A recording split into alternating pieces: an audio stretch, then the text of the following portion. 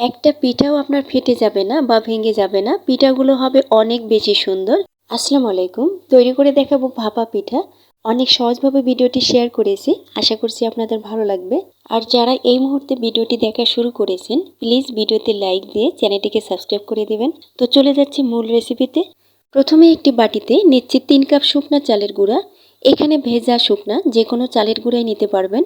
আমি এখানে বাজারের কেনা চালের গুঁড়াটা নিয়েছি, আপনারা ভেজা চালের গুঁড়াটাও নিতে পারবেন। এরপর হাফ চা চামচ লবণ দিয়ে ভালো করে মিশিয়ে নিচ্ছি।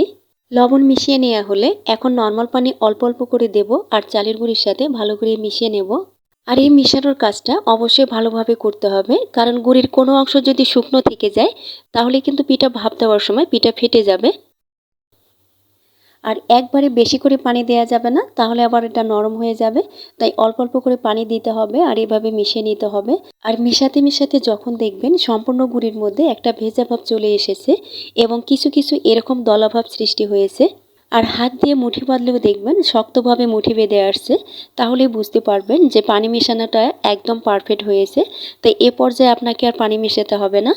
এখন এই চালের গুঁড়োটাকে আমাদের চেলে নিতে হবে। সম্পূর্ণ চালের গুঁড়োটাকে চেলে নিয়েছি, আর চেলে নেওয়ার পর দেখতে পাচ্ছেন পিঠা তৈরির জন্য আমাদের সুন্দর একটা গুঁড়ি রেডি হয়েছে। আর চেষ্টা করবেন গুঁড়িটাকে চেলে নেওয়ার সাথে সাথে পিঠাগুলোকে তৈরি করে নিতে, কারণ গুঁড়ির মধ্যে এখন যে একটা ভেজা ভাব আছে এটা ড্রাই হয়ে গেলে পিঠাগুলো ফেটে যাবে। এখন পিঠাগুলো তৈরি করে নেব। এর জন্য নিয়েছি নারিকেল এবং খেজুরের গুড়। পিঠা তৈরির জন্য আমি একটি ছোট্ট বাটি নিয়েছি, আপনারা ঘরে থাকা যে কোনো ছোট বাটি দিয়ে এই পিঠা তৈরি করতে পারবেন। আর এখানে বাটিটাকে অবশ্যই শুকনা হতে হবে। আর আজকের পিঠাটা আমি দুটি লেয়ারে করব। বাটিতে প্রথমে কিছুটা চালের গুঁড়ি দিয়ে এর উপরে গুড় দিয়ে দিচ্ছি। এরপর এর উপরে নারকেল কোড়া দিয়ে দিচ্ছি। আর এখানে গুড় নারকেল সম্পূর্ণটাই আপনার পছন্দ মতো দিয়ে দিবেন। এরপর উপর দিয়ে আবারও কিছুটা গুঁড়ি দিয়ে দিচ্ছি। এরপর আবারও এর উপরে গুড় এবং নারকেল দিয়ে দিচ্ছি। আর পিঠাটা আমি দুটি লেয়ারে করছি, আপনারা একটা লেয়ারও করতে পারবেন।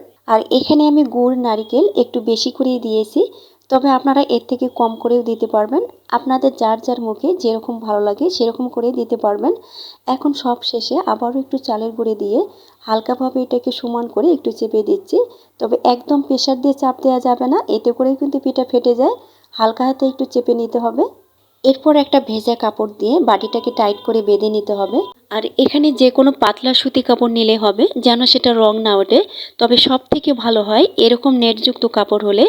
আমি এখানে পুরাতন মশারির কাপড় ভালো করে পরিষ্কার করে নিয়েছি। আর এটা দিয়েই কিন্তু সুন্দর ভাপা পিঠা তৈরি করা যায়, একটা পিঠাও বাজবে না। তো চেষ্টা করবেন এরকম মশারির কাপড় অথবা নেটযুক্ত কাপড় নিতে। পিঠাগুলোকে ভাপে দেওয়ার জন্য এখানে একটি পাতিলের মুখে আমি মশারির কাপড় বেঁধে নিয়েছি। আর পাতিলের অর্ধেকেরও কম পানি দিয়ে ভালো করে ফুটিয়ে নিয়েছি। আর চুলার আঁচটাকে মিডিয়ামে রেখেছি। এখন পিঠার বাটিটাকে দিয়ে বাটিটাকে উঠিয়ে নিচ্ছে।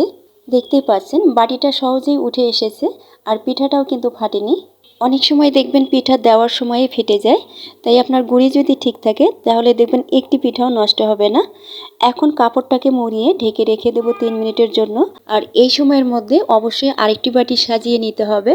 আর প্রত্যেকবার বাটি সাজানোর আগে বাটিটাকে অবশ্যই মুছে নিতে হবে, কারণ বাটি যদি ভেজা ভাব থাকে পিঠাটা দেওয়ার সময় বাটিতে লেগে থাকবে।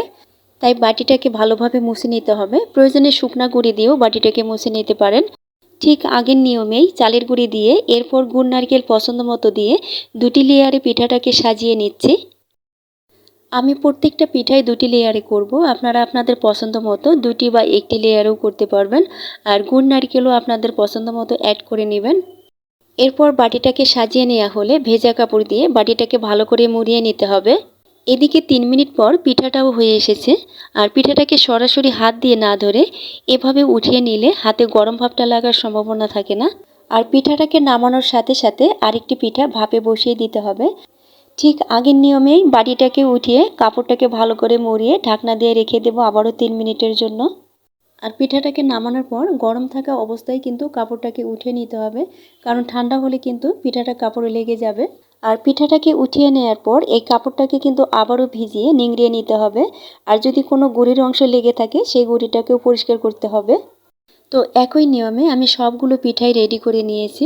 আর দেখতেই পাচ্ছেন পিঠাগুলো কতটা সুন্দর হয়েছে, আমার কিন্তু একটি পিঠাও ভেঙে যায়নি। একটি পিঠা আপনাদের ভেঙে দেখিয়ে দিচ্ছি, তাহলেই বুঝতে পারবেন যে পিঠাটা কতটা পারফেক্ট হয়েছে। দেখতেই পাচ্ছেন ভেতরে গুড় নারিকেলে ভরা আর লেয়ার দুটিও সুন্দর বোঝা যাচ্ছে। তো আশা করছি রেসিপিটা আপনাদের ভালো লেগেছে।